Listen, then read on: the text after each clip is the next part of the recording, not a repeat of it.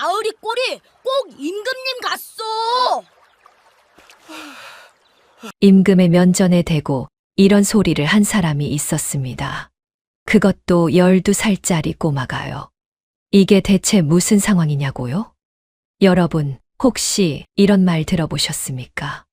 윗물이 맑아야 아랫물이 맑다. 옛 어르신들이 입버릇처럼 하시던 말이지요. 그런데 만약 윗물이 맑은 척만 하고 있었다면 어떻게 되겠습니까? 아랫물은 썩어가는데 윗물은 자기가 맑다고 믿고 있는 거예요. 오늘 들려드릴 이야기가 딱 그런 이야기입니다. 산골 꼬마의 한마디가 어떻게 이 나라를 뒤흔들었는지 끝까지 들어보시지요. 사연 시작 전 구독과 좋아요를 눌러주신다면 저에게는 큰 힘이 됩니다. 그럼 사연 시작합니다. 옛날 아주 먼 옛날 어느 임금이 한 분 계셨습니다. 포악한 임금이 아니었어요. 오히려 백성을 아끼는 마음만큼은 누구 못지않은 분이었지요. 매일 아침 조정에 나가 신하들의 보고를 받았고 밤이면 밤대로 상소문을 읽으며 나랏일을 일을 걱정했습니다. 그런데 이상한 일이 하나 있었어요. 올라오는 보고서마다 하나같이 좋은 소리뿐인 겁니다. 올해 풍년이 옵니다. 백성이 태평하옵니다. 새로 길을 닦아 왕래가 편해졌사옵니다. 듣기에는 참 좋지요. 임금도 처음엔 흐뭇했습니다. 내가 밤잠을 줄여가며 나랏일을 챙긴 보람이 있구나. 그리 생각했거든요. 그런데 말입니다. 궁 밖에서 신문고 소리가 점점 잦아지고 있었습니다. 신문고라 하면 백성이 억울한 일을 당했을 때 궁궐 앞북을 쳐서 임금에게 직접 호소하는 것이지요. 풍년이고 태평하다면 북소리가 줄어야 정상인데 오히려 늘고 있었어요. 어떤 날은 하루에 서너 번씩 둥둥둥 울려 퍼졌습니다. 임금이 대신들에게 물었지요. 요즘 신문고가 부쩍 잦은데 무슨 사연들이냐? 대신이 고개를 숙이며 대답했습니다. 하찮은 송사이옵니다. 전하. 이웃 간 땅 다툼이니 논둑 시비이니 사소한 민원들이옵니다. 일일이 신경 쓰실 일이 아니옵니다. 임금은 고개를 끄덕였지만 마음 한구석에 가시 하나가 박혔습니다. 풍년이라면서 태평하다면서 왜 북소리는 늘어만 가는 것이냐. 사소한 민원이라기엔 너무 잦았습니다. 임금은 신문고를 친 백성들의 호소 내용을 직접 가져오라 명했지요. 그런데 올라온 것은 고작 서너 건뿐이었습니다. 나머지는 이미 아래에서 처리가 끝났다는 보고와 함께 사라져 있었어요. 임금의 눈이 가늘어졌습니다. 그날 밤 임금은 결심했습니다. 이 궁궐 안에서는 진실이 올라오지 않는다. 직접 보겠다. 임금은 낡은 도포로 갈아입었습니다. 호위무사 중 가장 믿음직한 자를 하나 불렀지요. 이름은 덕수라 했습니다. 말수 적고 무뚝뚝하지만 무예 하나는 조정에서 5 손가락 안에 드는 사내였어요. 덕수야, 오늘부터 나는 그냥 나그네다. 임금이 아니라 떠돌이 선비야. 알겠느냐? 예, 알겠습니다. 무사 덕수는 한마디만 하고 채비를 갖추었습니다. 그렇게 나라에서 가장 높은 사람이 가장 낮은 곳을 향해 첫걸음을 뗐습니다. 도성을 벗어나자마자 임금의 눈이 커졌습니다. 보고서에는 풍년이라 했건만 노는 말라 갈라져 있었고 밭은 잡초가 허리까지 자라 있었습니다. 길가에 주저앉아 있는 사람들의 얼굴은 하나같이 헬쓱했어요. 임금이 한 노인에게 다가가 어르신, 올해 농사가 어떠하셨습니까? 물었더니 노인은 힘없이 웃기만 했습니다. 임금은 아무 말도 할 수 없었습니다. 점점 깊은 산골로 들어섰습니다. 길이 좁아지더니 어느 순간 아예 끊겨버렸어요. 사방이 나무와 바위뿐이었습니다. 해가 기울기 시작했고 산 그림자가 발밑까지 내려왔습니다. 임금은 생전 처음 산길을 걸어보는 사람이었습니다. 궁궐에서 가마만 타던 분이 맨발로 산을 오르고 있으니 발바닥은 물집이 잡히고 숨은 턱까지 차올랐지요. 덕수가 앞서서 길을 찾아보았지만 이 지역은 초행이라 방향을 알 수 없었습니다. 전하, 아니, 나으리, 해가 지기 전에 어디든 내려가야 합니다. 그러게 말이다. 그런데 어디로 내려간단 말이냐? 두 사람이 한참을 헤매고 있을 때였습니다. 저 아래 골짜기에서 무언가가 움직이고 있었어요. 자세히 보니 사람이었습니다. 그것도 아주 작은 사람. 자기 몸보다 더 큰 지게를 지고 비탈길을 한 걸음 한 걸음 올라오고 있는 꼬마였습니다. 지게 위에는 나무찜이 산더미처럼 쌓여 있었고 꼬마의 다리는 휘청거리면서도 멈추질 않았습니다. 임금은 그 모습을 한참 내려다보았습니다. 나라에서 가장 높은 사람이 나라에서 가장 낮은 곳에서 길을 잃었습니다.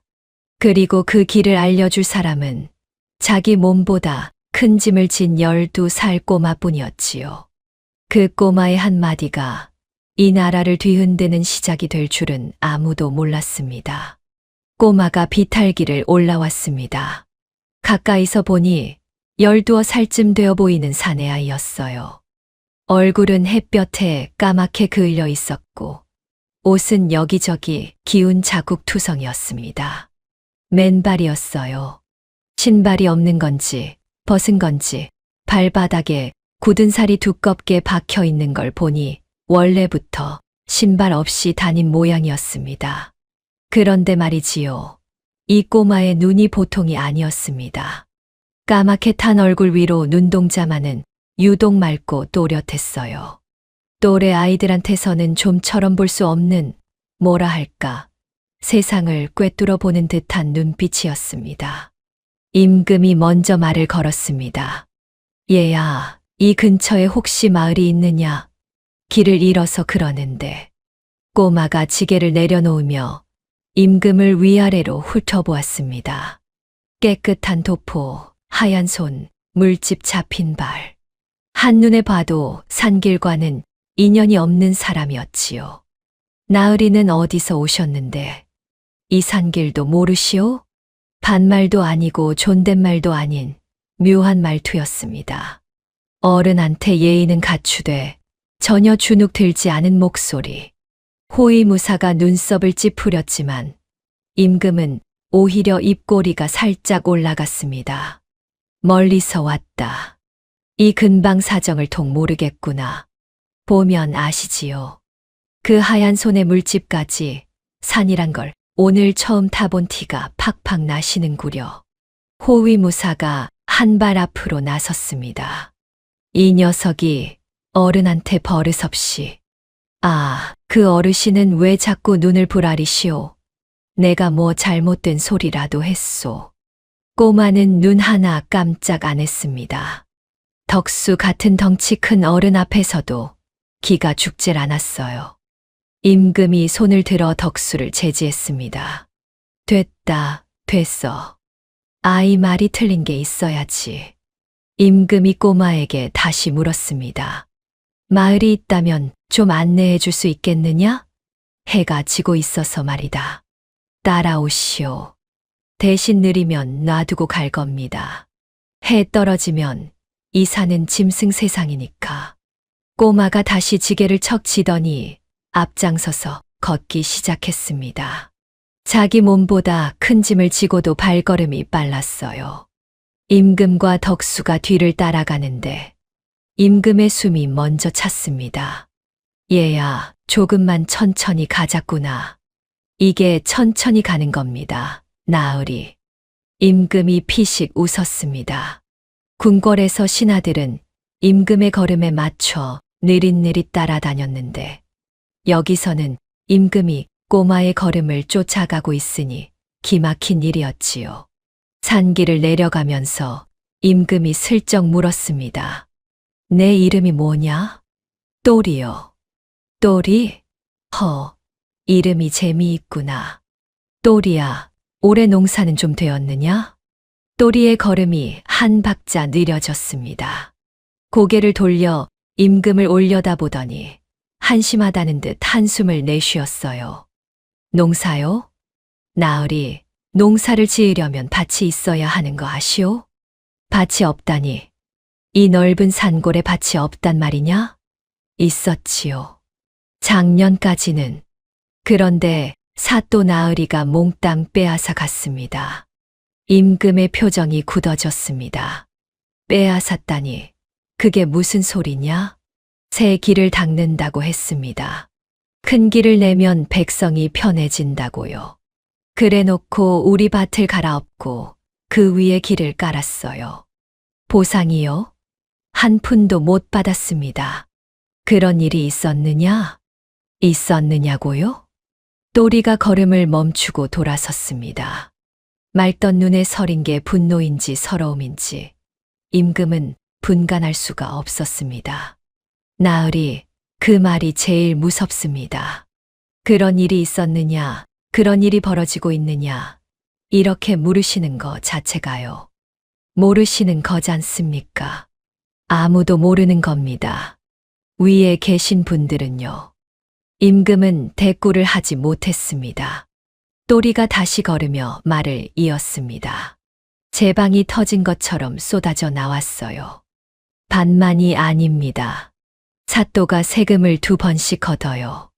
한 번은 나라님 몫이라 하고 한 번은 고을 살림이라 합니다. 근데 고을 살림에 쓰인 적이 있어야지요. 그 돈이 다 어디로 가는지 아시오? 사또 곳간으로 들어갑니다. 장터는요? 장터에 가면 물건을 팔아 먹고 살기라도 해야 하는데 사또 사람들이 떡하니 버티고 앉아서 자릿세를 뜯어요. 팔아봐야 남는 게 없습니다. 어르신들이 쓰러져요. 나으리. 이 마을에서 작년 겨울에 평생 농사만 짓던 어르신 셋이 끼니를 잊지 못해 자리에 눕고 말았습니다. 임금의 발걸음이 점점 무거워졌습니다. 한 발 한 발이 천근만근이었어요. 보고서에는 단 한 줄도 없었던 이야기들이 12살 꼬마의 입에서 쏟아지고 있었습니다. 덕수도 입을 꾹 다물고 있었습니다. 무뚝뚝한 이 사내도 들으면서 주먹을 쥐었다 폈다 하고 있었거든요. 임금이 조심스럽게 물었습니다. 그런 사정을 위해 알린 적은 없느냐? 상소를 올린다든가. 또리가 콧바람을 후 내쉬었습니다. 상소요? 글을 알아야 쓰지요. 이 마을에 글 아는 사람이 몇이나 되는 줄 아시오. 게다가 상소를 올려봤자 그걸 받는 사람이 사또 편이면 소용이 있습니까?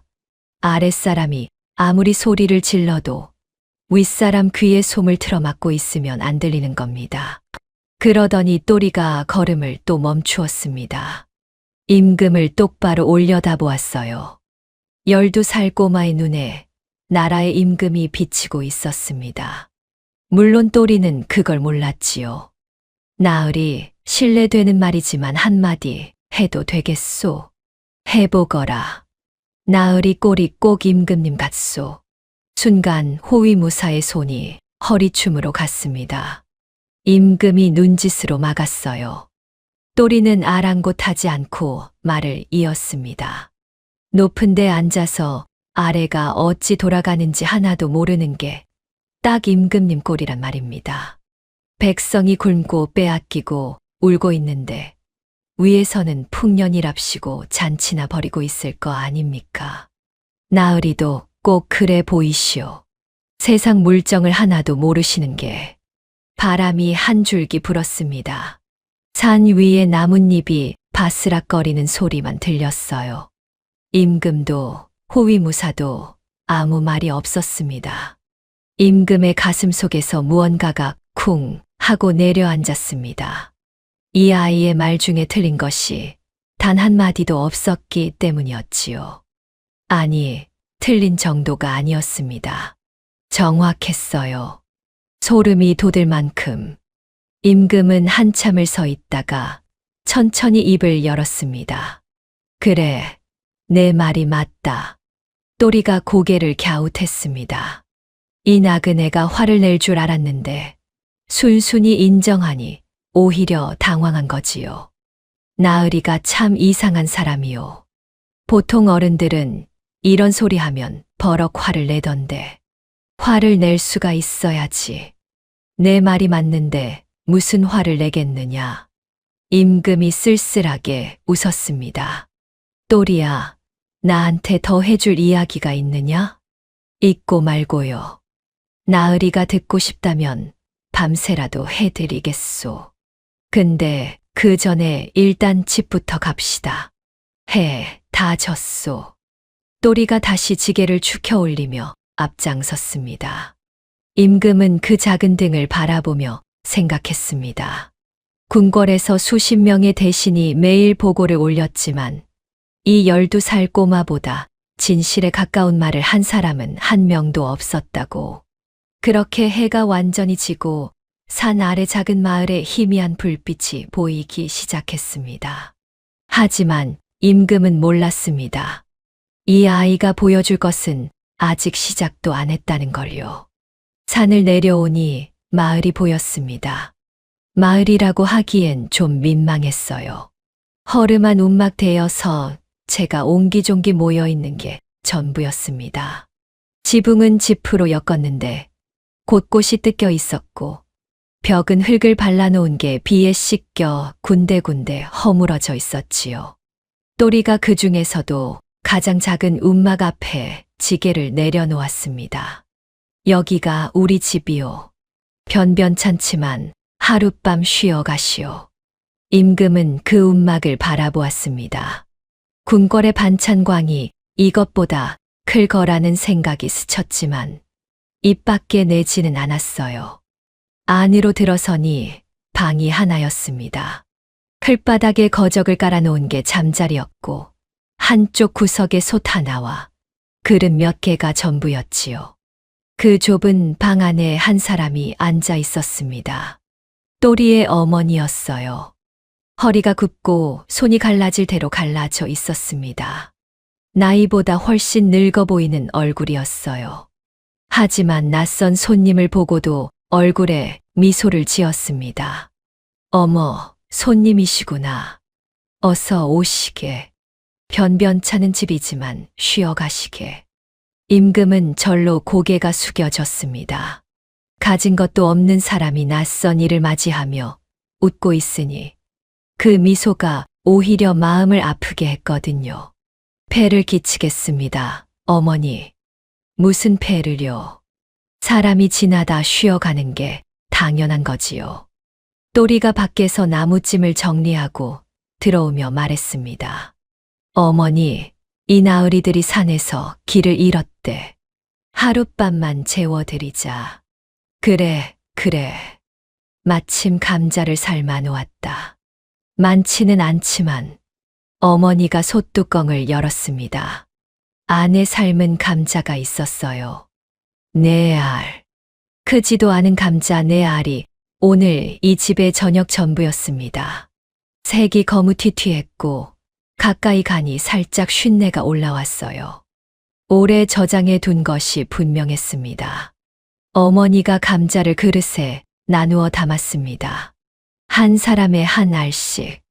넷이 나눠야 하니 그게 최선이었지요. 임금은 그 감자를 받아들었습니다. 손바닥 위에 감자 한 알이 수라상의 12첩 반상보다 무겁게 느껴졌어요. 그때 또리가 자기 감자를 반으로 쪼갰습니다. 거칠게 갈라진 단면에서 쉰내가 좀 더 올라왔지요. 또리는 그 반쪽을 아무렇지 않게 임금 앞에 내밀었습니다. 나으리, 이것도 드시오. 임금이 손사래를 쳤습니다. 그건 내 몫이지 않느냐. 내가 어찌 그걸 받겠느냐. 배고픈 사람이 눈앞에 있는데 혼자 다 먹는 건 사또나 하는 짓이오. 또리가 담담하게 말했습니다. 백성끼리는 이래 쪼개 먹고 버팁니다. 위에서는 빼앗기만 하지만 아래에서는 서로 나누는 게 살 길이니까요. 임금의 손이 멈추었습니다. 수라상이 떠올랐어요. 매일 아침 저녁으로 차려지는 산의 진미. 임금이 젓가락 한 번 대지 않은 반찬은 그대로 물려졌고 때로는 버려졌습니다. 그 버려지는 양이 이 마을 전체를 먹이고도 남았을 거라는 생각이 들었지요. 감자 반쪽을 받아들었습니다. 입에 넣었어요. 퍽퍽하고 쉰내가 살짝 배어 있었지만 넘기기가 어려웠습니다. 맛이 없어서가 아니어요. 목구멍이 자꾸 막혔습니다. 덕수도 감자를 받아들었습니다. 이 과묵한 사내가 감자를 한 입 베어 물더니 고개를 돌렸지요. 눈가가 살짝 붉어진 것을 들키기 싫었던 모양입니다.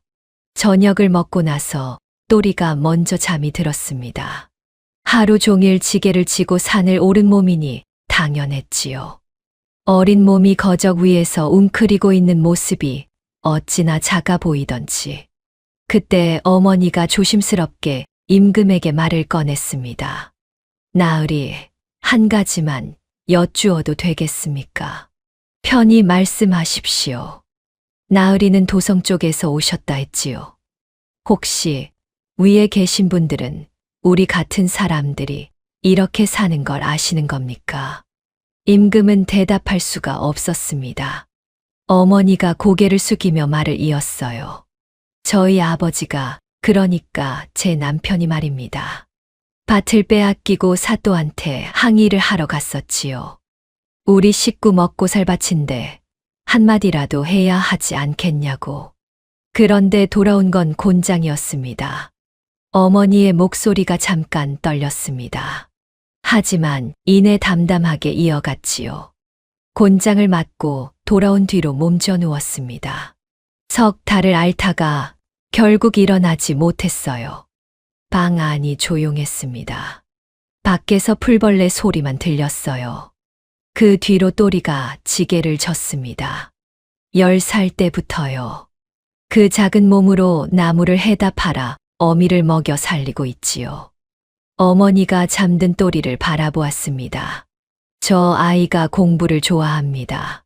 나뭇가지로 땅바닥에 글씨를 쓰고 지나가는 훈장한테 한 글자라도 물어보고 그런데 부탄자루 사줄 형편이 못 됩니다. 나으리. 임금은 아무 말도 하지 못했습니다. 아무 말도 할 수가 없었어요. 자기 나라에서 자기 백성이 이렇게 살고 있었습니다. 밭을 빼앗기고 항의하면 곤장을 맞고 그 때문에 사람이 세상을 떠나고 10살짜리가 지게를 치는 나라. 그런데 궁궐에는 풍년이라는 보고서만 올라오고 있었던 겁니다. 임금은 거적 위에 누웠습니다. 흙바닥에 냉기가 등을 타고 올라왔어요. 궁궐의 비단 이불이 떠올랐지만 이상하게도 그게 부끄러웠습니다. 그날 밤 임금은 잠을 이루지 못했습니다. 천장의 집 사이로 별이 보였어요. 똑같은 하늘이었습니다. 궁궐에서 올려다보던 그 하늘이 여기서도 똑같이 펼쳐져 있었지요. 똑같은 하늘 아래 이렇게 다른 세상이 있었습니다.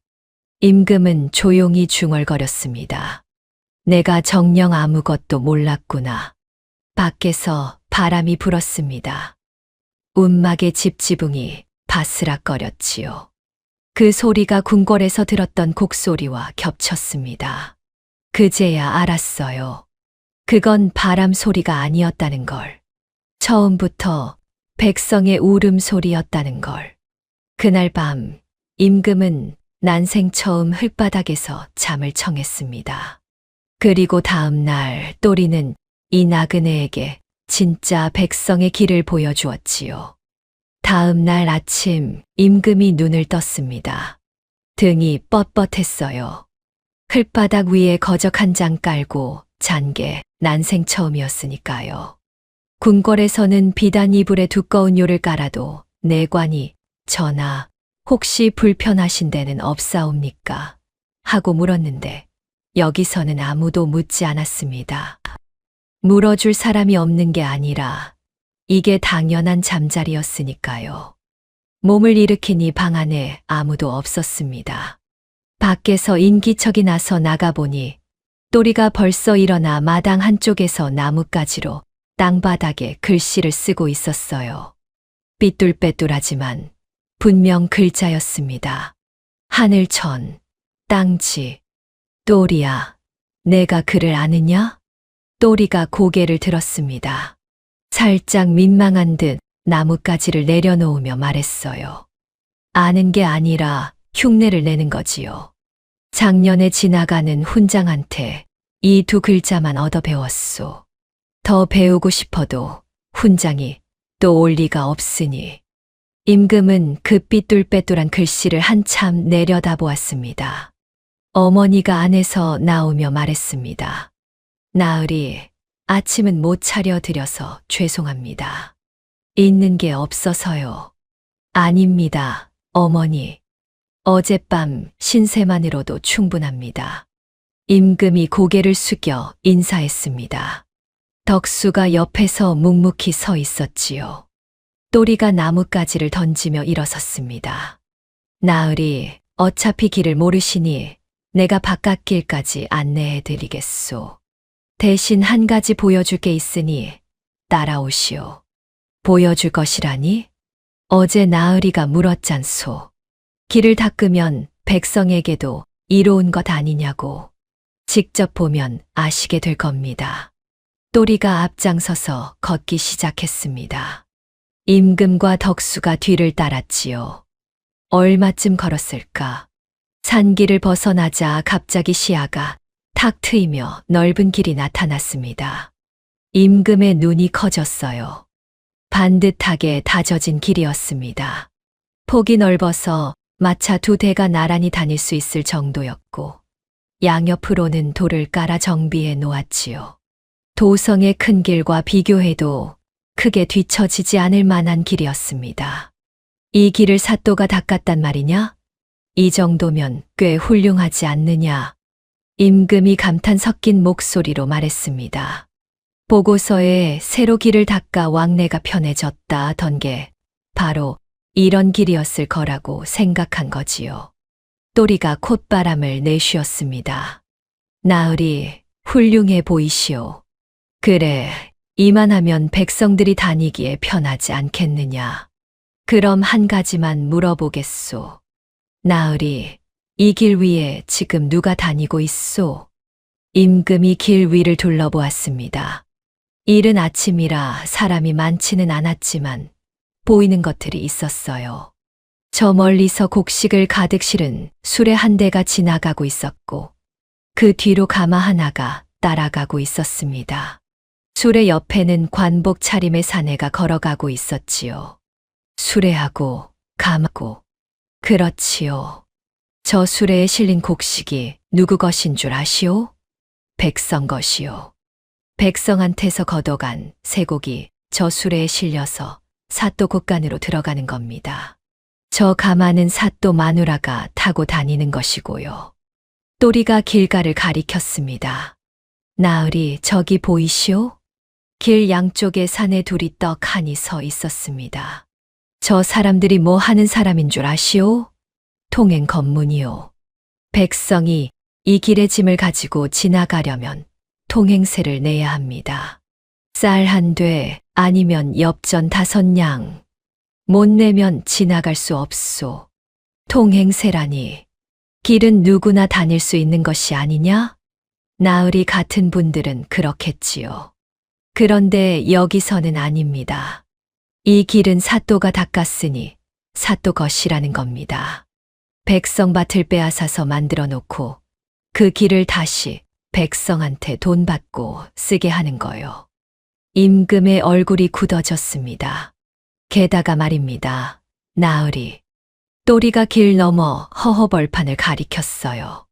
잡초만 무성한 빈터였습니다. 저기가 우리 밭이었소.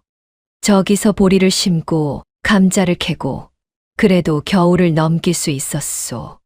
그런데 사또가 길을 닦겠다며 밀어버렸습니다. 보상은 한 푼도 없었소. 우리 아버지가 항의하러 갔다가 어찌 되었는지는 어젯밤에 들으셨지요? 임금은 말이 없었습니다. 또리가 다시 입을 열었어요. 이 길은 백성을 위한 길이 아닙니다. 나으리. 백성 등뼈를 꺾어서 깔아놓은 길이요. 백성 것을 실어 나르기 위해 만든 길이란 말입니다. 임금이 그 넓은 길을 다시 바라보았습니다. 아까는 훌륭해 보였던 그 길이 이제는 다르게 보였어요. 번듯한 돌 하나하나가 백성의 밭자리였고 넓은 폭은 백성의 삶터를 밀어낸 자리였습니다. 그러면 백성들은 어디로 다니느냐? 보여드리겠소. 따라오시오. 또리가 큰 길에서 벗어나 뒷산 쪽으로 방향을 틀었습니다. 수풀을 헤치고 바위를 돌아가고 비탈을 오르니 좁은 산길이 나타났어요. 겨우 한 사람 지나갈 만한 폭이었습니다. 자풀이 무릎까지 자라 있었고 군데군데 가시덤불이 걸렸지요. 그런데 이 길에는 사람이 있었습니다. 앞에서 보따리를 인 안악이 걸어가고 있었고 뒤에서 지게를 진 노인이 천천히 따라오고 있었어요. 큰 길에는 관복 차림과 수레뿐이었지만 이 좁은 길에는 백성이 있었습니다. 이 길이 백성의 길이요. 통행새도 없고 막는 사람도 없소. 험하고 좁지만 이 길로 가면 장터까지 큰 길에 반도 안 걸리오. 반도 안 걸린다고? 큰 길은 사또 관할을 지나서 빙 돌아가게 되어 있소. 왜 그런 줄 아시오? 사또가 자기 관아 앞으로 길을 내서 오가는 물건을 전부 눈으로 확인하려는 것이요. 세금을 한 톨이라도 더 뜯으려고요. 이 샛길은 산을 하나 넘으면 바로 장터요. 곧장 가는 거지요. 임금이 그 좁은 길을 바라보았습니다. 가시덤불 사이로 사람들이 묵묵히 걸어가고 있었어요. 아무도 불평하지 않았습니다. 불평해봐야 달라지는 게 없다는 걸 알고 있었으니까요. 나으리, 또리가 임금을 돌아보며 말했습니다. 저 넓은 길은 백성 것이 아니오. 겉만 번듯하지 백성은 다닐 수도 없고 다녀봐야 빼앗기는 길이오. 이 좁고 험한 길이 진짜 길입니다. 백성이 살아남기 위해 걷는 길이란 말이오. 잠시 침묵이 흘렀습니다. 또리가 산길을 오르며 한마디를 더 얹었어요. 아까보다 조금 더 낮은 목소리였습니다. 나으리, 우물 안개구리가 하늘을 보면 동그랗다고 믿는다 하지요. 높은 양반들이 딱 그렇소. 담 안에서만 세상을 보니까 보고서에 적힌 것만 세상의 전부인 줄 아는 거요. 나으리는 지금 우물 밖에 나와 계시니 잘 보시오. 이게 진짜 백성의 세상이요. 임금은 한참 동안 말이 없었습니다. 산길 위에 서서 저 아래 넓은 길을 내려다보았어요. 그리고 자기 발밑에 좁은 길을 내려다보았습니다. 자풀과 가시덤불 사이로 보따리를 인 안악과 지게를 진 노인이 묵묵히 걸어가고 있는 이 길을 궁궐에 앉아서는 절대 보이지 않는 풍경이었습니다. 임금이 천천히 품속으로 손을 넣었습니다. 안쪽 깊은 곳에서 무언가를 꺼냈어요. 옥패였습니다. 맑은 옥으로 깎아 만든 작은 패. 한쪽 면에 정교한 문양이 새겨져 있었지요. 또리야, 이걸 내게 주마. 또리가 고개를 갸웃하며 받아들었습니다. 이리저리 뒤집어 보더니 물었어요. 이게 뭐요? 나으리, 길 안내해준 대가치고는 과한 거 아니요? 팔면 안 된다. 절대로. 잘 간직하고 있다가 내가 크거든 이걸 들고 도성의 큰 문을 찾아가거라. 문 앞에서 이걸 보여주면 반드시 너를 만나줄 사람이 있다. 나으리, 도대체 뭐 하시는 양반이요? 옷차림은 그저 그런데 가지고 다니는 건 범상치가 않소. 덕수가 뒤에서 헛기침을 했습니다. 하지만 또리는 그 이상 캐묻지 않았어요. 대신 옥패를 꼭 쥐며 말했습니다. 알겠소. 뭔지는 모르겠지만 나으리가 주는 거니 잘 간직하겠소. 임금이 또리의 머리를 한번 쓸어 주었습니다. 거칠게 엉킨 머리카락이었지만 임금의 손길이 유독 조심스러웠지요. 또리야, 약속 하나만 하자. 뭔데요? 지금 그 맑은 눈 잃지 마라. 내가 본 것, 내가 느낀 것, 그걸 절대 잊지 마라. 그게 진짜 이 나라의 모습이니까. 또리는 고개를 끄덕이면서도 이 나그네가 왜 이런 말을 하는지 알 수 없다는 표정이었습니다. 그렇게 임금은 돌아섰습니다. 좁은 산길을 내려가는 뒷모습을 또리가 한참 바라보았지요. 참 이상한 나그네요. 또리는 옥패를 품속에 넣으며 중얼거렸습니다.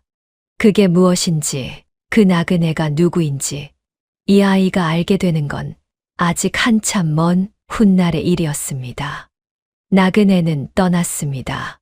하지만 또리의 말은 임금의 가슴에 가시처럼 박혀 궁궐로 돌아가는 내내 빠지지 않았지요. 넓은 길과 좁은 길, 번듯한 보고서와 처절한 현실. 그 간극이 임금의 머릿속을 떠나질 않았습니다. 궁궐의 높은 담이 저 멀리 보이기 시작했습니다. 나갈 때는 그저 담이었는데 돌아올 때는 그 담이 우물의 벽처럼 느껴졌지요. 하지만 이제 임금의 눈은 우물 밖을 본 눈이었습니다. 그리고 그 눈으로 조정을 다시 들여다볼 참이었지요. 궁궐로 돌아온 임금의 첫 아침이었습니다. 나인들이 수라상을 차려 올렸어요. 쌀밥에 가진 반찬이 12가지. 맑은 국, 구이, 나물, 젓갈, 전, 생선포.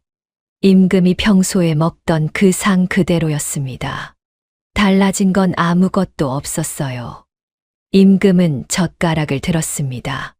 그런데 손이 움직이질 않았어요. 감자가 떠올랐습니다. 거무튀튀한 색에 쉰내가 살짝 올라오던 삶은 감자. 내 알을 넷이 나눠 먹고 거기서 또 반을 쪼개 건네던 12살 꼬마의 손. 백성끼리는 이래 쪼개 먹고 버팁니다. 그 말이 귀에서 떠나질 않았습니다. 이 상에 남은 음식이 물려나가면 그건 어디로 가는 것일까? 버려지겠지요. 한 끼 물리는 양이 또리네 식구가 한 달을 먹을 양이었을 겁니다. 전하, 기력을 차리셔야 합니다. 내관이 걱정스러운 얼굴로 말했습니다. 임금은 젓가락을 내려놓았어요. 물려라. 전하, 아직 한 술도 안 드셨사옵니다. 물려라 했다. 내관이 황급히 상을 물렸습니다. 임금은 빈 방에 홀로 앉아 한참을 가만히 있었지요. 며칠 뒤 조정회의가 열렸습니다. 임금이 어좌에 앉자 대신들이 일제히 고개를 숙였습니다. 여느 때와 다를 바 없는 풍경이었어요. 다른 게 있다면 임금의 눈빛이었지요. 그걸 눈치챈 대신은 아무도 없었습니다. 임금이 먼저 입을 열었습니다. 과인이 며칠 자리를 비운 사이에 별일 없었느냐? 만사 태평하옵니다, 전하. 백성들은 어떠하더냐? 올해도 풍년이 기대된다 하옵니다. 전하의 성덕이옵니다. 임금이 가만히 고개를 끄덕였습니다. 예전 같으면 그 말을 믿었을 거예요. 아니, 믿고 싶었을 겁니다. 하지만 지금 임금의 눈에는 다른 것이 보였습니다. 대신들의 살찐 얼굴, 비단 관복, 반들반들한 손. 또리 어머니의 갈라진 손과 굽은 허리가 겹쳐 보였지요. 임금이 천천히 말했습니다. 과인이 잠시 밖을 다녀왔다. 조정이 술렁였습니다. 대신들이 고개를 들었어요. 다녀오셨다니 어디를 말씀이시옵니까? 백성들이 사는 곳을 보고 왔다. 직접. 순간 조정이 조용해졌습니다.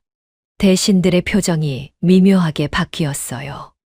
놀란 자, 당황한 자, 그리고 눈빛이 흔들리는 자. 임금은 그 표정들을 하나하나 읽었습니다. 과인이 직접 본 것을 말하겠다.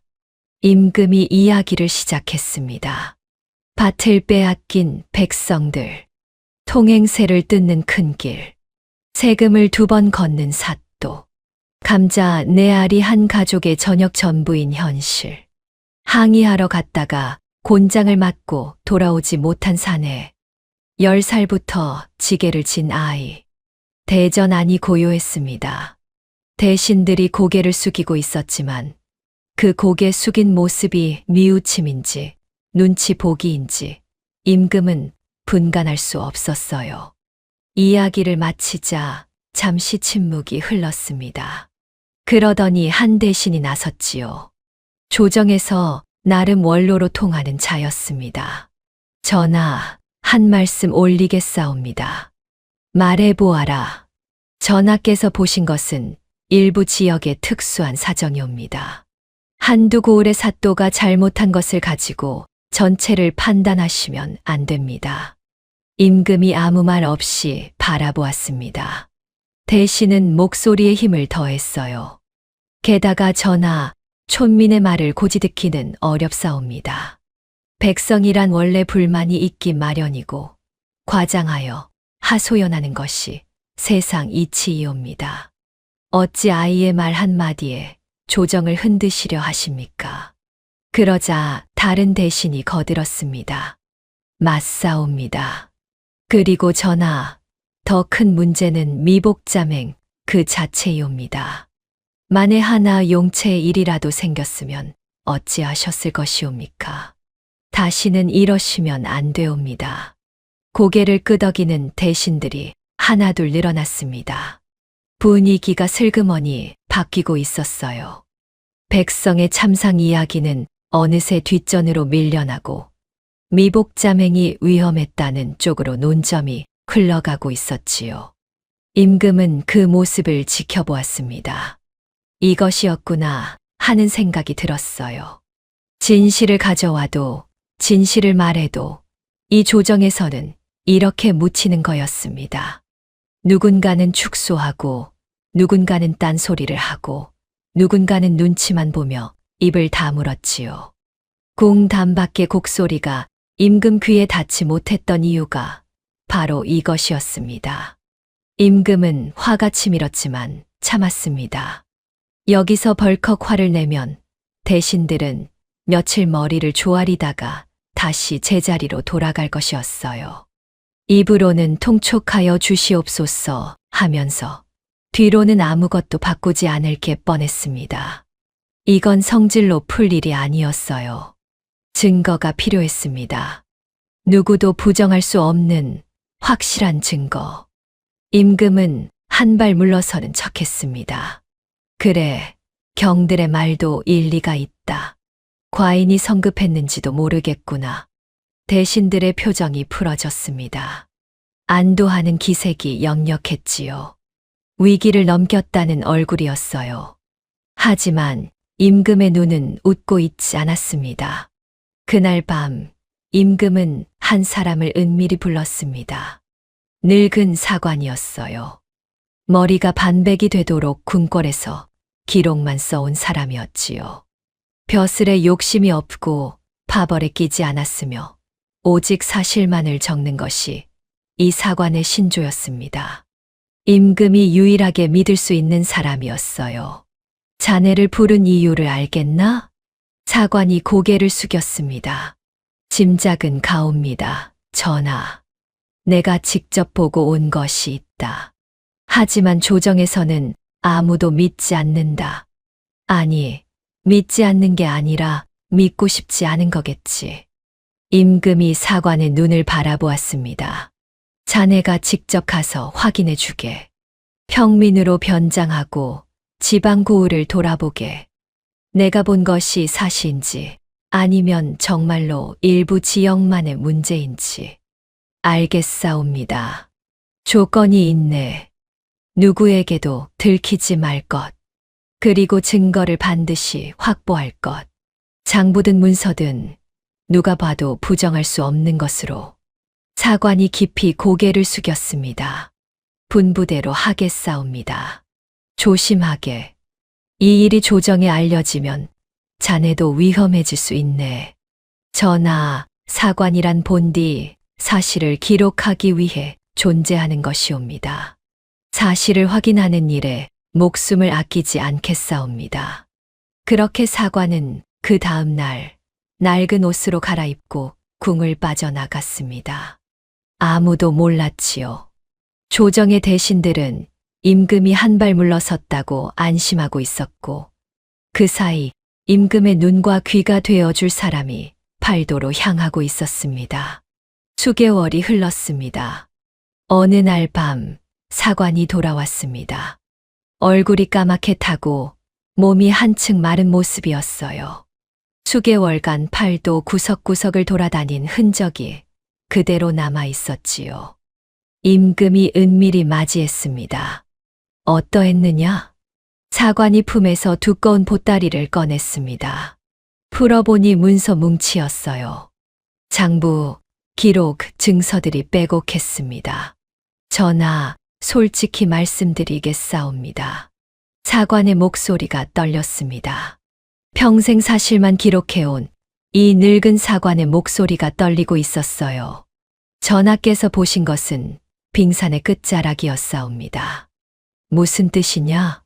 한두 고을의 문제가 아니옵니다. 팔도 전역에 걸쳐 똑같은 일이 벌어지고 있었사옵니다. 사관이 문서를 하나씩 펼치며 설명했습니다. 곡식 장부가 이중으로 작성되어 있었어요. 하나는 조정에 올리는 장부, 하나는 실제 장부. 조정에 올리는 장부에는 세금을 적게 거둔 것처럼 적어 놓고, 실제로는 두세 배를 걷어서 차액을 빼돌리고 있었습니다. 토지 문서도 조작되어 있었지요. 백성의 밭을 관하 소유로 바꿔놓은 문서가 수십 건이었습니다. 또린의 밭도 그 중 하나였을 겁니다. 그런데 가장 충격적인 것은 따로 있었어요. 전하, 이것이 가장 심각한 부분이옵니다. 사관이 한 장의 문서를 내밀었습니다. 각 고을의 사또들이 따로 움직인 게 아니옵니다. 서로 연결되어 있었사옵니다. 위에서 지시하는 자가 있었습니다. 위라 하면 도성이옵니다. 조정 아니옵니다. 임금의 눈이 가늘어졌습니다. 지방 사또들이 빼돌린 곡식과 돈이 최종적으로 올라가는 곳이 조정의 대신 서너 명이옵니다. 이름까지 확인하였사옵니다. 사관이 이름을 하나씩 읊었습니다. 임금의 표정이 굳어졌어요. 그 이름들은 오늘 아침 조정에서 촌민의 과장에 현혹되지 마시옵소서라고 말했던 바로 그 대신들이었습니다. 임금은 문서를 한 장 한 장 넘겼습니다. 손가락 끝이 미세하게 떨렸지요. 얼마나 깊이 썩었느냐? 사관이 고개를 깊이 숙였습니다. 뿌리가 조정의 기둥에까지 닿아 있사옵니다. 전하, 방 안이 고요했습니다. 임금은 문서를 내려놓고 눈을 감았어요. 또리의 목소리가 다시 들리는 듯 했습니다. 윗사람 귀에 솜을 틀어막고 있으면 안 들리는 겁니다. 솜을 틀어막은 게 아니었어요. 의도적으로 막고 있었던 겁니다. 조직적으로, 체계적으로. 임금이 눈을 떴습니다. 이 문서를 아무도 모르게 보관하게. 때가 되면 내가 꺼낼 것이네. 사관이 문서를 다시 챙기며 물었습니다. 전하, 언제 움직이실 작정이시옵니까? 임금은 대답하지 않았습니다. 대신 창밖을 바라보았지요. 궁담 너머로 오늘 밤에도 기미한 소리가 들려오고 있었습니다. 바람 소리가 아닌 것을 이제는 알고 있었어요. 조용히 한마디만 했습니다. 곳간에 쥐가 들끓고 있구나. 그 한마디에 사관은 임금의 뜻을 알아차렸습니다. 깊이 고개를 숙이고 물러났지요. 궁궐의 밤은 고요했습니다. 하지만 그 고요함 속에서 무언가가 조용히 준비되고 있었어요. 대신들은 몰랐습니다. 자기들이 안심하고 있는 이 시간에 임금의 손에 자기들의 이름이 적힌 문서가 쥐어져 있다는 것을, 그리고 곧 그 문서가 펼쳐질 날이 올 것이라는 것을. 그로부터 보름이 지났습니다. 그 보름 동안 임금은 아무 일도 없었다는 듯 조정에 나갔어요. 대신들의 보고를 듣고 고개를 끄덕이고 가끔 칭찬도 해주었지요.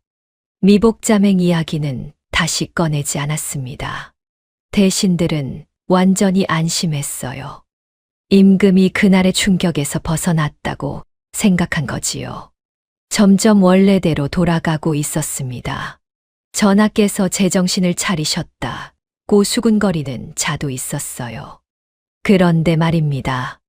어느 날 아침 갑자기 어전 회의가 소집되었습니다. 평소와 다른 점이 두 가지 있었어요. 첫째, 예고 없이 소집되었다는 것. 둘째, 문 앞에 덕수를 비롯한 무사들이 늘어서 있었다는 것. 대전 안에 들어선 대신들은 그 무사들을 보고 갸우뚱했지만 대수롭지 않게 자리에 앉았습니다. 임금이 어좌에 앉았어요. 표정이 평소와 달랐습니다. 웃지도 찡그리지도 않은 얼굴이었지요. 아무것도 읽히지 않는 얼굴이었습니다. 오히려 그게 더 무서웠어요. 오늘 경들을 부른 이유가 있다. 임금이 입을 열었습니다. 목소리가 낮고 고요했지요. 요즘 지방 사정이 많이 좋아졌다는 보고를 받았다. 올해도 풍년이 기대된다 하고 새로 닦은 길 덕에 왕래가 편해졌다 하고 백성들이 태평하다 하고 과인이 경들 덕분에 마음이 편하다. 대신들의 얼굴에 미소가 번졌습니다. 서로 눈짓을 교환하며 분위기를 살폈지요. 전하의 성덕이옵니다. 아니다. 경들의 공이지. 임금이 고개를 끄덕이며 부드럽게 말했어요. 그래서 말인데 임금의 목소리 톤이 바뀌지 않았습니다. 여전히 부드러웠어요. 그런데 그 부드러움 속에 뭔가가 섞여 있었지요. 이것은 뭐냐?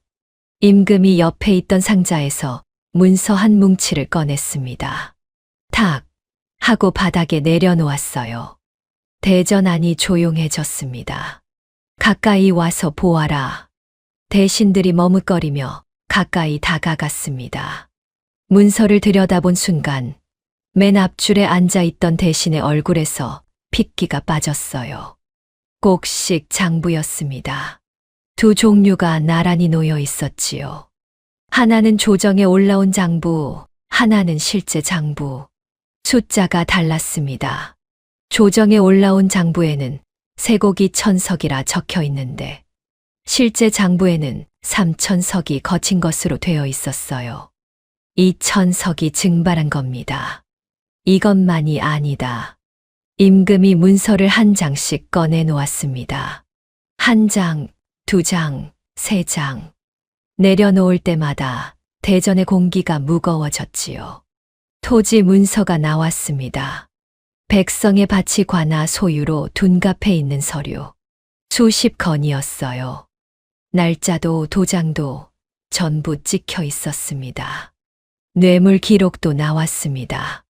어느 사또가 누구에게 얼마를 보냈는지 날짜와 금액이 낱낱이 적혀 있었지요. 그리고 마지막으로 한 장의 문서가 나왔습니다. 돈의 흐름을 정리한 문서였어요. 지방 사또에서 시작된 선이 위로 올라가서 최종적으로 닿는 곳이 적혀 있었습니다. 조정 대신 4명의 이름이었어요. 대전이 얼어붙었습니다. 이름이 불린 4명의 대신 중 하나가 벌떡 일어섰습니다. 전하, 이것은 조작이옵니다. 누군가가 신을 모함하려고 꾸민 것이옵니다. 임금이 가만히 바라보았습니다. 조작이라. 그러면 이 장부에 찍힌 내 고을의 관인은 뭐냐?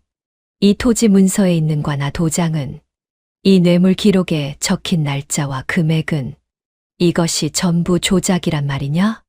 대신이 입을 열었다 닫았습니다. 할 말을 찾지 못한 거지요. 모함이옵니다. 전하. 간신히 꾸민 것이옵니다. 간신이라. 그래, 간신히 꾸몄을 수도 있겠지. 임금이 고개를 끄덕이는 듯 하더니 다른 문서를 하나 더 꺼냈습니다. 그러면 이건 어찌 설명할 텐가. 그건 그 대신에 곧간 출납 기록이었어요. 목록으로는 도저히 설명이 안 되는 재산이 적혀 있었지요. 집이 세 채, 전답이 수십 마지기, 비단과 은이 곳간에 가득. 녹봉만으로 이걸 어떻게 모았는지 누가 봐도 답이 나오는 문서였습니다. 대신의 얼굴이 하얗게 질렸어요. 그때 다른 대신 하나가 무릎을 꿇었습니다. 이름이 불린 4명 중 가장 나이가 어린 자였지요. 버티면 끝이라는 걸 직감한 겁니다. 전하, 소신은 시킨 대로 했을 뿐이옵니다. 조정이 술렁였습니다. 시킨 대로라니 누가 시켰단 말이냐? 무릎 꿇은 대신이 옆에 서 있는 원로 대신을 가리켰어요. 아까 촌민의 과장에 현혹되지 마시옵소서라고 했던 바로 그 사람이었습니다. 저 대감이 전부 지시한 것이옵니다. 지방 사또를 심어 놓은 것도, 장부를 이중으로 만든 것도 전부. 원로 대신의 얼굴이 시뻘겋게 달아올랐습니다. 이 자가 감히 거짓으로 나를 끌어들이려 하옵니다. 전하, 거짓이 아니옵니다. 증거가 있사옵니다. 닥치지 못할까? 조정이 아수라장이 되었습니다. 서로를 가리키며 소리를 지르고 아니라고 발뺌하고 또 다른 이름을 끌어들이고 평소에 공자맹자를 읊으며 도덕을 논하던 자들이 자기 목숨이 걸리니 서로 물어뜯기 시작한 거지요. 임금은 그 모습을 가만히 지켜보았습니다. 한참을 지켜본 뒤 임금이 입을 열었어요. 크게 소리치지 않았습니다. 오히려 아까보다 더 낮은 목소리였지요. 그런데 그 한마디에 대전이 쥐 죽은 듯 조용해졌습니다. 됐다. 모든 소리가 멈추었어요. 과인이 한 가지 물어보겠다. 임금이 자리에서 천천히 일어섰습니다. 경들은 누구의 녹을 먹고 있느냐? 아무도 대답하지 못했습니다. 백성이 땀 흘려 지은 곡식으로 나라가 돌아가고 그 나라가 경들에게 녹을 주는 것이다. 경들이 먹고 입고 사는 모든 것이 백성의 것이란 뜻이다. 임금의 시선이 대신들을 하나씩 훑었습니다. 그런데 경들은 그 백성의 곡간을 갉아먹고 있었다. 곡간을 지켜야 할 자들이 곡간의 쥐가 되어 있었던 것이다. 대전 안에 숨소리조차 들리지 않았습니다. 곡간의 쥐가 들끓으면 곡간이 비더라도 쥐부터 잡아야 하는 법이다. 임금이 한마디 한마디를 또박또박 내뱉었습니다. 오늘 이 조정의 쥐를 잡겠다. 순간 대전의 문이 열리며 덕수를 비롯한 무사들이 안으로 들어섰습니다. 대신들의 얼굴이 사색이 되었지요. 이름이 하나씩 불렸습니다. 파직, 유배, 파직, 유배. 울부짖는 자, 엎드려 용서를 구하는 자, 끝까지 아니라고 고개를 젓는 자. 온갖 추태가 대전 바닥에 드러났지만 임금은 눈 하나 깜짝하지 않았습니다. 그렇게 조정의 자리가 반쯤 비워졌습니다. 살아남은 대신들은 고개를 숙인 채 벌벌 떨고 있었지요. 자기 차례가 올까봐 두려웠던 겁니다. 임금이 남은 대신들을 둘러보며 말했습니다. 경들에게 묻겠다. 이 조정의 쥐가 또 있느냐? 아무도 고개를 들지 못했습니다. 없기를 바란다. 만약 또 있다면 과인은 곡간을 전부 뒤져서라도 한 마리 남김없이 잡아낼 것이다. 조정은 고요했습니다. 바람 한 점 들지 않는 대전 안에 임금의 마지막 한마디만이 남았지요. 어전 회의가 끝나고 대전에 임금 홀로 남았습니다. 승리한 것 같았지만 임금의 표정은 밝지 않았어요. 늙은 사관이 조심스럽게 다가와 아뢰었습니다. 전하, 대단한 결단이셨사옵니다. 결단이라. 그런데 말이다. 임금이 창밖을 바라보았어요. 도성의 줄기는 찬란했다. 하지만 팔도 구석구석에 내림뿌리는 어떻게 하겠느냐. 사관이 말없이 고개를 숙였습니다. 임금의 말이 맞았어요. 조정의 대신을 쫓아냈다 해서 끝이 아니었습니다. 지방의 사또들, 아전들, 토호들. 이들은 위에서 누가 바뀌든 자기 고을에서는 여전히 제 세상인 거지요. 대신 하나가 빠지면 또 다른 대신이 그 자리를 꿰차고 같은 짓을 반복할 게 뻔했습니다. 궁궐에 앉아서 팔도를 전부 들여다보는 건 불가능한 일이었어요. 임금은 문득 한 아이를 떠올렸습니다. 까맣게 탄 얼굴에 유독 맑았던 눈, 자기 감자를 반으로 쪼개 내밀던 손, 나으리 꼴이 꼭 임금님 같소라고 거침없이 내뱉던 그 입. 그 아이가 자라면 어떤 사람이 될까? 임금은 조용히 사관을 불렀습니다. 한 가지 부탁이 더 있네. 말씀하시옵소서. 내가 다녀온 그 마을에 서당이 없더구나. 아이들이 글을 배울 곳이 없었어. 서당 하나를 세워주게. 훈장도 한 명 보내고 그리하겠사옵니다. 그런데 전하, 혹시 그 마을에 그냥 서당이 필요한 마을에 서당을 세우는 것이다. 그 이상 묻지 말게. 사관은 더 캐묻지 않았습니다. 하지만 임금의 뜻을 어렴풋이 짐작할 수 있었지요. 도성의 하늘은 맑아졌습니다.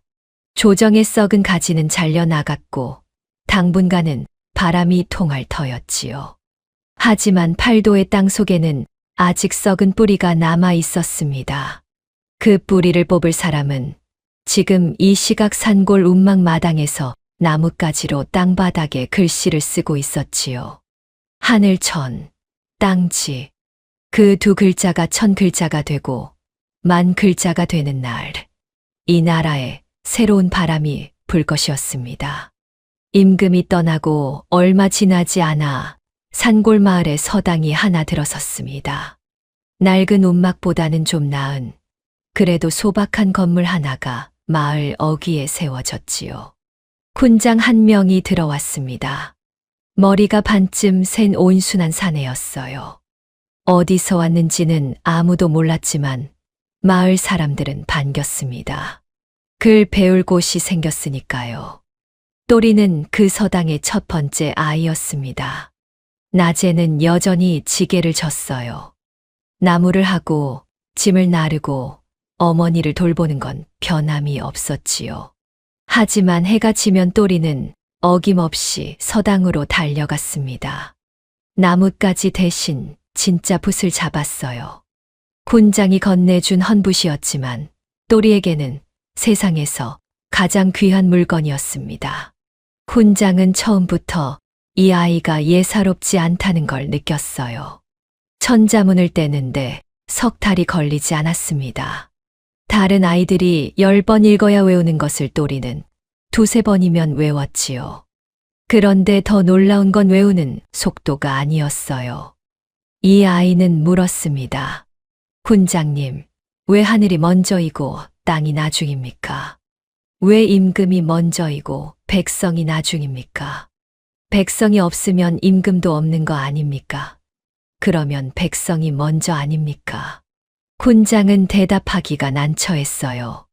틀린 말이 아니었거든요. 글자를 배우는 게 아니라 글자 뒤의 이치를 파고드는 아이. 훈장은 이런 제자를 처음 보았습니다. 2년이 지나자 또리는 훈장에게 배울 것이 줄어들기 시작했어요. 훈장이 가르칠 수 있는 범위를 넘어서고 있었던 거지요. 사서삼경을 읽고 역사서를 읽고 거기서 또 질문을 쏟아냈습니다. 훈장이 답을 못하는 날이 늘어났어요. 몇 해가 지나자 훈장이 또리를 불러 앉혔습니다. 또리야, 내게 할 말이 있다. 무슨 말씀이십니까, 훈장님? 너는 여기 있을 그릇이 아니다. 또리가 고개를 갸웃했어요. 내가 더 가르칠 게 없다는 뜻이 아니다. 아니, 솔직히 말하면 그것도 맞다. 하지만 그보다 더 중요한 건 내가 품고 있는 것이 이 산골에 묻히기엔 너무 크다는 거다.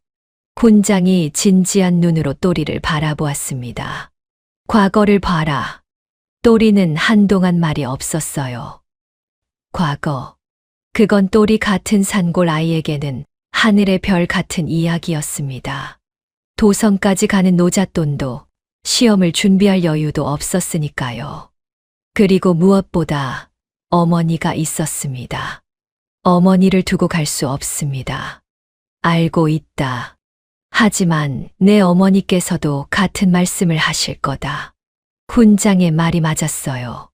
그날 저녁 또리가 어머니에게 조심스럽게 꺼냈습니다. 어머니, 훈장님이 과거를 보라 하셨는데 어머니가 감자를 다듬던 손을 멈추었어요. 한참을 가만히 있더니 고개를 들었습니다. 가거라. 어머니, 그게 아니라 가라니까. 내 아버지는 뜻을 품고도 펴지 못하고 갔다. 너마저 이 산골에 묻혀서야 되겠니? 어머니의 눈가에 주름이 깊었어요. 8년 전보다 훨씬 더 늙어 보이는 얼굴이었습니다. 그 세월을 이 아이 하나만 바라보며 버텨온 거지요. 어머니 걱정은 마라. 이웃집 아주머니가 봐주신다 했으니까. 그리고 내가 도성에서 뜻을 펴면 그때야말로 이 어미를 진짜 편하게 해주는 거다. 또리의 눈이 붉어졌습니다. 하지만 울지는 않았어요. 이 아이는 10살의 아버지를 보내고 울음을 삼킨 뒤로 쉽게 울지 않는 사람이 되어 있었습니다. 다녀오겠습니다, 어머니. 그래, 다녀와라. 그렇게 20살의 또리가 산골을 떠났습니다. 품에 2가지를 넣었어요. 하나는 훈장이 써준 과거, 응시에 필요한 추천서. 또 하나는 8년 전 이상한 나그네가 건네준 옥패. 도성의 큰 문을 찾아가라던 그 말을 잊은 적이 없었습니다. 뭔지는 몰라도 약속이었으니까요. 도성까지는 열흘이 넘게 걸렸습니다. 먹을 것은 어머니가 싸준 마른 감자 몇 알이 전부였지요. 걸어서 또 걸어서 산을 넘고 들을 지나 마침내 도성이 보였습니다. 또리의 발이 멈추었어요. 성벽이 하늘을 찌를 듯 높았습니다. 성문 앞에는 사람들이 물밀듯 오가고 있었고 상인의 술에 양반의 가마, 장사꾼의 보따리가 뒤엉켜 있었지요. 산골에서 보던 세상과는 전혀 다른 세상이었습니다. 하지만 또리는 주눅 들지 않았어요. 까맣게 탄 얼굴, 기운 무명 옷차림 그대로 또리는 도성으로 들어갔습니다. 과거 시험장은 도성 한복판에 있었어요. 전국에서 몰려든 수백 명의 응시자 사이에 또리가 끼어 앉았습니다. 주변을 보니 비단 옷에 먹물 냄새가 배인 양반집 도련님들 뿐이었지요. 그 틈에 무명 옷차림의 산골 청년이 앉아 있으니 주변에서 수군거리는 소리가 들렸습니다. 또리는 신경 쓰지 않았어요. 붓을 들었습니다. 8년 전 나뭇가지로 쓰던 천지 2글자가 떠올랐지요. 그때는 2글자가 전부였는데 지금은 머릿속에만 글자가 들어 있었습니다. 시험지를 펼쳤어요. 문제가 보였습니다. 나라를 다스리는 도리에 대해 논하라. 또리는 잠시 눈을 감았습니다. 궁궐이 떠오른 건 아니었어요. 어머니의 갈라진 손, 아버지가 돌아오지 못한 관아 앞길, 감자 반쪽을 건네던 자기 손, 그리고 백성이 묵묵히 걸어가던 그 좁은 산길이 떠올랐습니다. 붓이 움직이기 시작했어요. 거침이 없었습니다. 머릿속에서 나온 것이 아니었지요. 가슴에서 나온 글이었습니다. 20해를 백성으로 살며 2눈으로 보고 2발로 걸으며 온몸으로 겪은 것들이 붓끝에서 쏟아져 나왔어요. 결과가 나왔습니다. 장원급제, 전국 수백 명 중 첫째. 시험관들이 술렁였어요. 산골 출신의 무명 청년이 장원을 차지하는 일은 극히 드문 일이었으니까요. 하지만 글을 읽어본 사람이라면 누구도 이 일을 달 수 없었습니다. 글에 담긴 무게가 달랐어요. 책에서 베껴 쓴 글이 아니라 살아있는 글이었거든요. 장원급제. 이제 관직에 오를 자격이 생긴 것이었습니다. 하지만 또리가 먼저 할 일이 있었어요. 과거에 합격한 다음 날, 또리는 도성의 큰 문으로 갔습니다. 군궐의 정문이었지요. 높은 문 앞에 무사들이 떡하니 버티고 서 있었습니다. 뭔 놈이냐? 물러서거라. 문지기가 통박을 놓았어요. 꼬질꼬질한 무명 옷차림의 사내가 국문 앞에 서 있으니 당연한 반응이었지요. 또리가 품속에서 무언가를 꺼냈습니다. 옥패였어요. 8년을 품에 넣고 다닌 것 치고는 깨끗했습니다. 매일 천으로 닦아온 거지요. 맑은 옥의 정교한 문양이 햇빛에 빛났습니다. 문지기가 그것을 본 순간 눈이 휘둥그레졌어요. 얼굴에서 핏기가 빠졌습니다. 이것을 어디서? 8년 전에 어떤 분이 주셨소? 이걸 들고 이 문을 찾아오라 하셨소. 문지기가 다른 무사에게 급히 무언가를 귀띔했습니다. 잠시 뒤 안쪽에서 내관 하나가 헐레벌떡 뛰어나왔어요. 옥패를 확인하더니 얼굴이 백지장이 되었습니다. 이쪽으로 오시옵소서. 또리는 문지기가 열어주는 문 사이로 궁궐 안에 발을 들였습니다. 높은 담, 넓은 마당, 기와지붕이 끝없이 이어지는 풍경. 또리가 태어나서 한 번도 본 적 없는 세상이었지요. 그런데 또리의 시선이 머문 곳은 화려한 건물이 아니었어요. 마당을 쓸고 있는 나인들, 무거운 짐을 나르는 하인들, 고개를 숙이고 종종걸음 치는 내관들. 이 화려한 궁궐을 떠받치고 있는 건 결국 사람이었구나 하는 생각이 들었습니다. 편전 앞에 도착했어요. 문이 열리고 안으로 들어섰습니다. 어좌에 한 사람이 앉아 있었습니다. 또리의 걸음이 멈추었어요. 8년이라는 시간이 지났지만 그 얼굴을 잊을 수 없었습니다. 산길에서 길을 잃고 헤매던 그 나그네. 세상 물정을 하나도 모르면서 순순히 꼬마의 일침을 받아들이던 그 사람. 감자 반쪽을 받아들고 목이 메었던 그 눈빛. 그 나그네가 어좌에 앉아 있었습니다. 임금이었어요. 또리의 머릿속에 8년 전의 말들이 번개처럼 스쳤습니다. 나으리 꼴이 꼭 임금님 같소. 그 말이 비유가 아니라 사실이었던 겁니다. 진짜 임금한테 임금 같다고 쏘아붙인 거였어요. 다리에 힘이 풀렸습니다. 무릎을 꿇으려 하는데 임금이 먼저 자리에서 일어났어요. 오래 기다렸다. 또리가 고개를 들 수 없었습니다. 얼굴이 벌겋게 달아올랐지요. 8년 전 자기가 했던 말들이 전부 떠올랐으니까요. 꼴이 임금님 같다. 높은 데 앉아서 아무것도 모른다. 우물안개구리다. 임금 면전에서 그런 소리를 해놓고 8년을 모르고 있었던 겁니다. 전하. 소인이 그때 크나큰 결례를. 무슨 결례냐. 임금이 웃었습니다.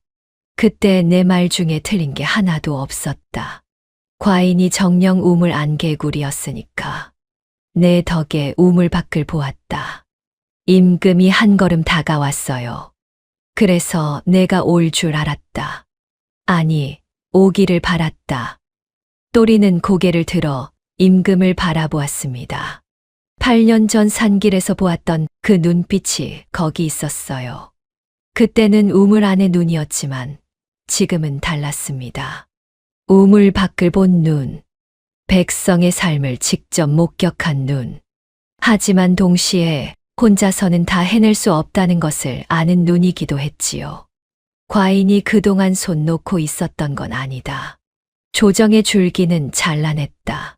하지만 임금이 잠시 말을 멈추었어요. 팔도 구석구석에 내린 뿌리는 아직 그대로다. 또리는 알고 있었습니다. 8년간 산골에서 그리고 도성으로 오는 열을 길 위에서 직접 보았으니까요. 사또가 바뀌어도 수탈은 계속되고 있었습니다.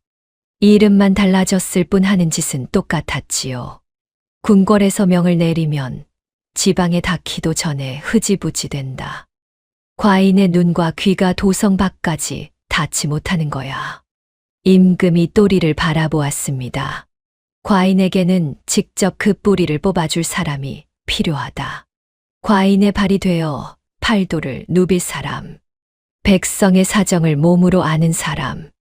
보고서가 아니라 두 눈으로 진실을 볼 수 있는 사람. 또리는 임금의 말뜻을 알아차렸습니다. 꼬마 나무꾼은 이제 어엿한 사내가 되어 임금 앞에 섰습니다. 하지만 임금이 그를 부른 건 예정을 나누려는 게 아니었지요. 임금이 말을 이었습니다. 또리야, 과인이 너에게 맡기고 싶은 일이 있다. 말씀하시옵소서.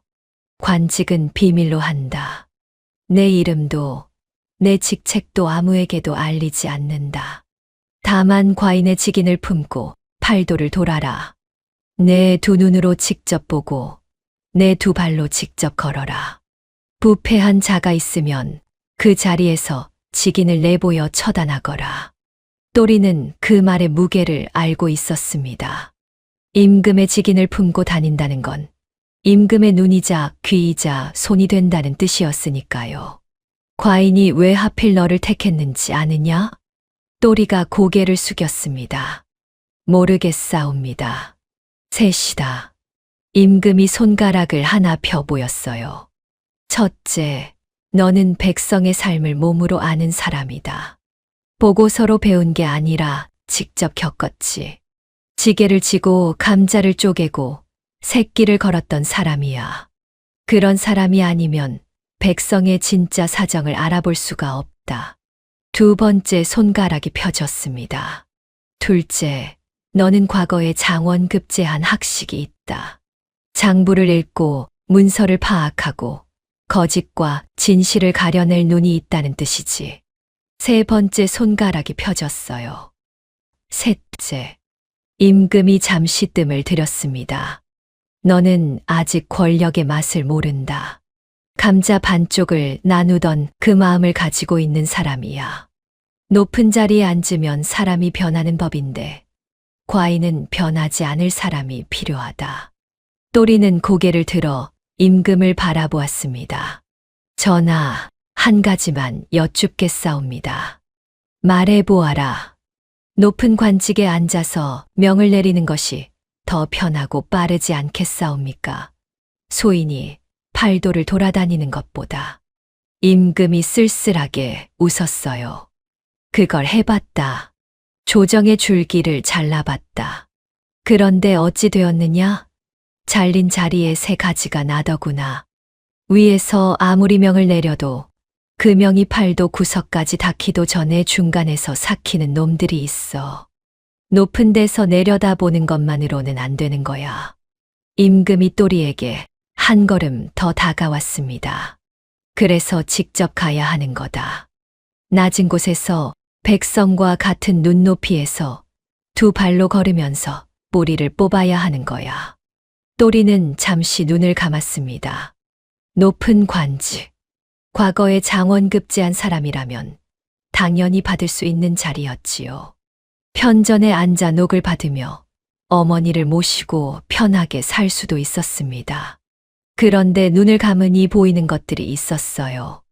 아버지를 잃고 지게를 졌던 10살의 자기, 감자 네 알로 저녁을 때우던 운막, 통행세를 내지 못해 샛길로 돌아가던 안악, 자풀 우거진 좁은 길 위에서 묵묵히 걸어가던 노인의 등, 그 사람들이 아직 거기 있었습니다. 8년이 지났는데도 달라진 게 없었어요. 도성으로 오는 열을 길 위에서 직접 보았으니까요. 또리가 눈을 떴습니다. 전하, 소인은 높은 자리보다 낮은 곳에서 할 일이 더 많겠사옵니다. 임금이 고개를 끄덕였어요. 알고 있었다. 내가 그리 말할 줄. 임금이 손짓하자 내관이 무언가를 가져왔습니다. 마패였어요. 관직의 증표이자 공무 수행을 위한 공식 신분증이었지요. 옥패는 과인과 너 사이의 약속이다. 마패는 나라가 너에게 주는 권한이다. 둘 다 품고 가거라. 또리가 두 손으로 마패를 받았습니다. 옥패 하나만 품에 넣고 다니던 산골 청년에게 이제 나라의 무게가 하나 더 얹어진 거였지요. 임금이 마지막으로 한마디를 더했습니다. 또리야. 예, 전하. 8년 전에 내가 나한테 했던 말 기억하느냐? 우물 안개구리라고 했지. 또리의 얼굴이 다시 붉어졌어요. 과인이 우물 밖으로 나온 건 내 덕이었다. 이제 내가 팔도의 우물 뚜껑을 열어다오. 그 안에 갇혀있는 백성들이 하늘을 볼 수 있도록. 또리는 깊이 고개를 숙였습니다. 그리고 일어섰지요. 편전을 나오는 또리의 발걸음은 들어올 때와 달랐습니다. 들어올 때는 8년 만에 두근거림이었지만 나갈 때는 단단한 걸음이었어요. 국문을 나섰습니다. 또리는 갈아입지 않았어요. 화려한 관복 대신 처음 왔던 그 무명옷 차림 그대로였습니다. 등에 보따리 하나, 품에 옥패와 마패. 그게 전부였지요. 첫 번째로 향한 곳은 고향이었습니다. 마패를 내보이면 역참에서 말을 빌릴 수 있었지만 또리는 걸었습니다. 백성이 걷는 속도로, 백성이 걷는 길로. 어머니는 이웃집 아주머니, 도움으로 잘 지내고 계셨습니다. 또리는 어머니에게 과거에 급제한 일과 도성에서 받은 임무를 조용히 말씀드렸지요. 어머니는 아무 말 없이 고개만 끄덕이셨습니다. 아들이 해야 할 일이 있다는 걸 아는 얼굴이었어요. 다음 날 아침 또리는 관아로 향했습니다. 8년 전 아버지의 밭을 빼앗고 큰 길을 닦았던 그 삿도는 이미 잘려나간 뒤였어요. 하지만 그 자리에 새로 앉은 삿도가 똑같은 짓을 벌이고 있었습니다. 이름만 바뀌었을 뿐 하는 짓은 판박이었지요. 통행세를 뜯고 세금을 이중으로 걷고 백성의 땅을 제 것으로 만들고 있었어요. 임금이 말했던 그대로였습니다. 줄기를 잘라도 뿌리가 살아있으면 다시 자라는 거였지요. 또리가 관아 문 앞에 섰습니다. 졸개가 막아섰어요. 뭔 놈이냐? 관아에 함부로 들어올 수 없다. 또리는 아무 말 없이 품에서 마패를 꺼냈습니다. 졸개의 눈이 커지더니 후다닥 안으로 뛰어들어갔지요. 잠시 뒤 삿도가 나왔습니다. 배가 불룩하고 얼굴이 기름진 사내였어요. 마패를 확인하더니 얼굴이 사색이 되었습니다. 입술이 파르르 떨렸지요. 이것이 어찌. 또리가 삿도를 바라보았습니다. 8년 전 이 자리에서 아버지가 곤장을 맞았어요. 밭을 돌려달라는 한마디에 곤장으로 돌아온 거였지요. 그리고 아버지는 돌아오지 못했습니다. 하지만 또리는 화를 내지 않았어요. 목소리는 오히려 차분했습니다. 감자 반쪽을 건네던 12살 때보다 더 단단한 목소리였지요. 삿도 나으리 한 가지만 여쭙겠소. 삿도가 마른 침을 삼켰습니다. 이 고을 세곡 장부가 두 종류인 건 아시지요? 삿도의 눈이 흔들렸어요. 무슨 소리요? 장부는 하나뿐이요. 그렇습니까? 그러면 이건 뭡니까? 또리가 품에서 얇은 문서 하나를 꺼냈습니다. 도성에서 오기 전 임금에게 받아온 이 고을의 실제 징수 기록이었지요. 조정에 올린 장부에는 세곡이 800석이라 되어 있습니다. 그런데 실제로 백성에게 거둔 건 2400석이요. 1600석은 어디로 갔소? 삿도의 입술이 파르르 떨렸습니다. 그건 고을 살림에 쓴 것이요. 고을 살림이요? 그러면 또 하나 묻겠소. 이 고을 큰 길의 통행세를 걷고 있는 것은 누구의 허락이요? 백성의 밭을 밀어내고 길을 닦아놓고 그 길을 다시 백성한테 돈 받고 다니게 하는 것이 고을 살림이요? 사또가 대답하지 못했습니다. 사또 나으리가 이 고을에 부임한 뒤로 백성의 삶이 나아진 것이 단 하나라도 있소. 사또의 무릎이 꺾였습니다. 더 이상 버틸 말이 없었던 거지요. 모든 직권을 거두겠소. 이중 장부는 도성으로 올라갈 것이고 빼앗은 토지는 원래 주인에게 돌아갈 것이요. 통행세는 오늘부로 폐하겠소. 또리가 마지막으로 말했습니다. 그리고 그 길, 이제 백성에게 돌려주시지요. 사또는 그날로 도성으로 압송되었습니다. 졸개들은 벌써 뿔뿔이 흩어진 뒤였지요. 또리는 관할을 나와 그 큰 길 위에 섰어요. 8년 전 임금에게 보여주었던 바로 그 길이었습니다. 여전히 넓고 번듯했지요. 하지만 오늘부터는 달라질 거였어요. 또리는 길 위에서 한참을 서 있었습니다. 바람이 불었지요. 산 너머에서 불어오는 바람이었습니다. 8년 전 그 샛길, 자풀과 가시덤불 사이로 묵묵히 걸어가던 사람들의 길에서 불어오는 바람이었어요. 그 뒤로 팔도의 소문이 퍼지기 시작했습니다. 무명 옷차림의 젊은 사내가 고을마다 나타난다고. 사또 앞에서 직인을 내보이는 순간 아무리 위세 부리던 자도 무릎이 꺾인다고. 그 사내가 지나간 고을에서는 이중 장부가 불태워지고 빼앗긴 땅이 돌아오고 통행세가 사라진다고. 그 사내의 이름을 아는 사람은 아무도 없었습니다. 다만 백성들 사이에서 이런 말이 돌았지요.